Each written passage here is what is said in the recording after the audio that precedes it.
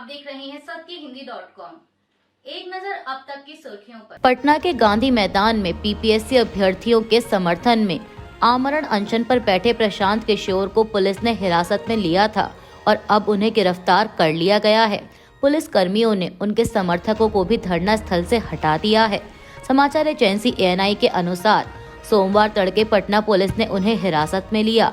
इस दौरान वह और उनके साथियों और पुलिस के बीच कुछ देर तक खींचतान भी हुई।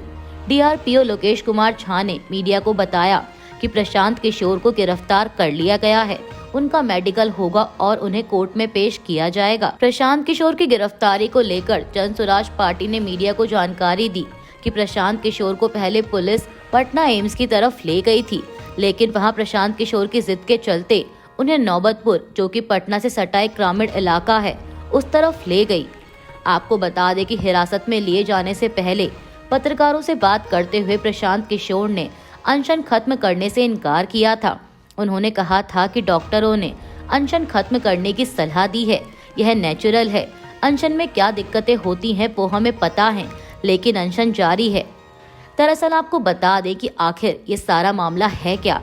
13 दिसंबर को हुई पीपीएससी अभ्यर्थियों की परीक्षा में धांधली के आरोपों के बाद 18 दिसंबर से ही पटना के गर्दनी बाग में परीक्षार्थी आंदोलन कर रहे हैं। उनकी मांग है कि पूरी परीक्षा दोबारा कराई जाए, लेकिन पटना के बापू परीक्षा परिसर परीक्षा केंद्र के अभ्यर्थियों का ही शनिवार को दोबारा एग्जाम लिया गया था। जन स्वराज पार्टी प्रमुख प्रशांत किशोर को पुलिस द्वारा हिरासत में लेने पर RJD नेता मृत्युंजय तिवारी ने कहा कि ये VIP अनशन खा पीकर किया गया अनशन ये छात्रों के आंदोलन की आड़ में अपनी राजनीति चमकाने की कोशिश कर रहे थे।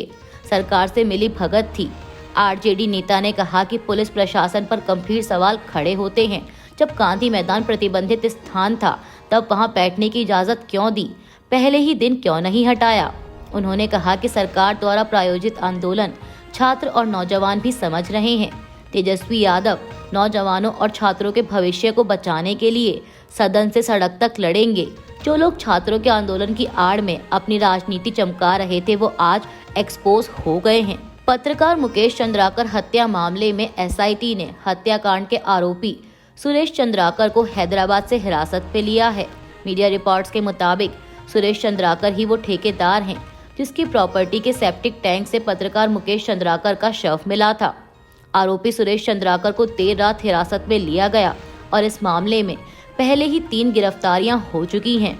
आपको बता दें कि छत्तीसगढ़ के माओवाद प्रभावित बीजापुर के टीवी पत्रकार मुकेश चंद्राकर का शव 3 जनवरी को एक सेप्टिक टैंक से बरामद किया गया था। 33 वर्षीय मुकेश चंद्राकर 1 जनवरी की रात से ही अपने घर से लापता थे। वह YouTube पर एक लोकप्रिय चैनल बस्तर जंक्शन का संचालन करते थे, जिसमें वे बस्तर की अंदरूनी खबरें प्रसारित करते थे। बिहार में होने वाले आगामी विधानसभा चुनाव से पहले सियासी गलियारों में हलचल है कि मुख्यमंत्री नीतीश कुमार एक बार फिर पलटी मार सकते हैं। हालांकि नीतीश कुमार ने खुद अपने एक बयान से इन अटकलों पर विराम लगा दिया है। दरअसल आपको बता दें कि लालू यादव के बयान के बाद से नीतीश कुमार को लेकर बिहार में कई तरह की बातें चल रही हैं। लालू यादव ने एक टीवी चैनल के कार्यक्रम में कहा था कि नीतीश कुमार के लिए उनके दरवाजे खुले हुए हैं। हालांकि तेजस्वी यादव ने उनके इस बयान से अलग प्रतिक्रिया दी थी। वहीं अब नीतीश कुमार का भी बयान आया है। मुख्यमंत्री ने फिर दोहराया कि वो 2 बार इधर उधर चले गए थे, लेकिन अब वो कहीं नहीं जाएंगे। दिल्ली के स्वास्थ्य अधिकारियों ने रविवार को ह्यूमन मेटान्यूमोवायरस यानी HMPV और अन्य श्वसन वायरस से संबंधित संभावित स्वास्थ्य चुनौतियों के लिए तैयारियों को सुनिश्चित करने के लिए एक एडवाइजरी जारी की है। एक बयान के अनुसार स्वास्थ्य सेवाओं की महानिदेशक डॉक्टर वंदना बक्का ने रविवार को दिल्ली में श्वसन संबंधी बीमारियों से निपटने की तैयारियों पर चर्चा करने के लिए मुख्य जिला चिकित्सा अधिकारियों और IDSP के राज्य कार्यक्रम अधिकारी के साथ बैठक की, जिसके बाद अस्पतालों को निर्देश दिया गया है कि वे IHIP पोर्टल के माध्यम से इन्फ्लुएंजा जैसी बीमारी और गंभीर तीव्र श्वसन संक्रमण के मामलों की तुरंत रिपोर्ट करें। जम्मू कश्मीर प्रदेश कांग्रेस कमेटी ने रविवार को केंद्र शासित प्रदेश की मौजूदा राजनीतिक स्थिति की समीक्षा की, जिसमें राज्य का दर्जा बहाल करना और दरबार मूव शामिल है। इस दौरान 18 जनवरी को यहां संविधान पद यात्रा निकालने का फैसला किया गया।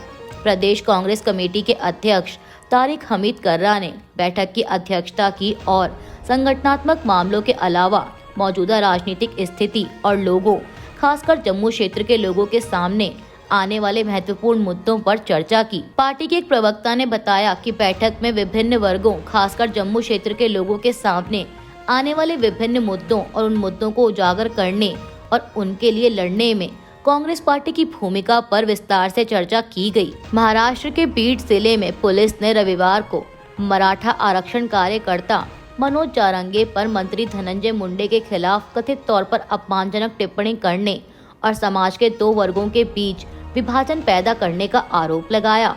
पीटीआई के मुताबिक जारंगे के खिलाफ तुकाराम अघव नामक व्यक्ति की शिकायत पर पर्ली पुलिस स्टेशन में एफआईआर दर्ज की गई है।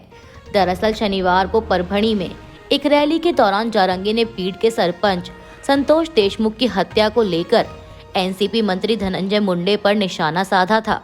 उन्होंने कहा था कि अगर देशमुख के परिवार को नुकसान पहुंचाया गया तो मराठा समुदाय धनंजय मुंडे को सड़कों पर घूमने नहीं देगा। गजा में संघर्ष विराम समझौते के तहत पहले चरण में 34 बंधकों को रिहा करने पर हमास सहमत हो गया है।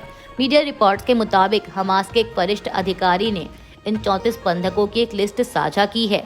इसके साथ ही अधिकारी ने कहा कि इसराइल के साथ संभावित समझौते के तहत पहले चरण में 34 बंधकों को रिहा करने पर वे सहमत हो गए हैं। हालांकि अभी ये स्पष्ट नहीं है कि इनमें कितने बंधक जिंदा हैं। लिस्ट में दिए गए नामों में 10 महिलाएं और 50 से 85 साल के 11 बंधक हैं और कुछ युवा हैं, जिनके बारे में इससे पहले हमास ने दावा किया था कि वे इसराइल के हवाई हमले में मारे गए। वहीं इसराइल के प्रधानमंत्री बेंजामिन नेतन्याहू के कार्यालय ने कहा है कि हमास की ओर से बंधकों की लिस्ट अभी तक उपलब्ध नहीं कराई गई है और इससे पहले इसराइल ने कहा था कि संघर्ष विराम और बंधकों की रिहाई के समझौते पर कतर में फिर से बातचीत शुरू हो गई है। अमेरिका में भीषण बर्फीले तूफान के कारण करीब 6 करोड़ लोग प्रभावित हुए हैं और कई प्रांतों में इमरजेंसी घोषित कर दी गई है। मीडिया रिपोर्ट्स के मुताबिक Kentucky, Virginia, West Virginia, Kansas, अरकानसास, new Jersey और मिसूरी समेत कई राज्यों ने इमरजेंसी घोषित की है। इन राज्यों के लगभग सभी हाईवे पर बर्फ जमा होने के कारण इन्हें बंद कर दिया गया। प्रशासन ने सड़क मार्ग का इस्तेमाल न करने की चेतावनी दी और हजारों उड़ानों को रद्द करना पड़ा और साथ ही स्कूलों को भी बंद कर दिया गया है। मौसम विभाग के अनुसार देश के मध्य से लेकर पूर्वी तट के लगभग 30 अमेरिकी राज्यों में हालात गंभीर होने की आशंका है। हालांकि मौसम विभाग ने ये भी कहा है कि सोमवार से खराब मौसम से राहत मिलने की उम्मीद है।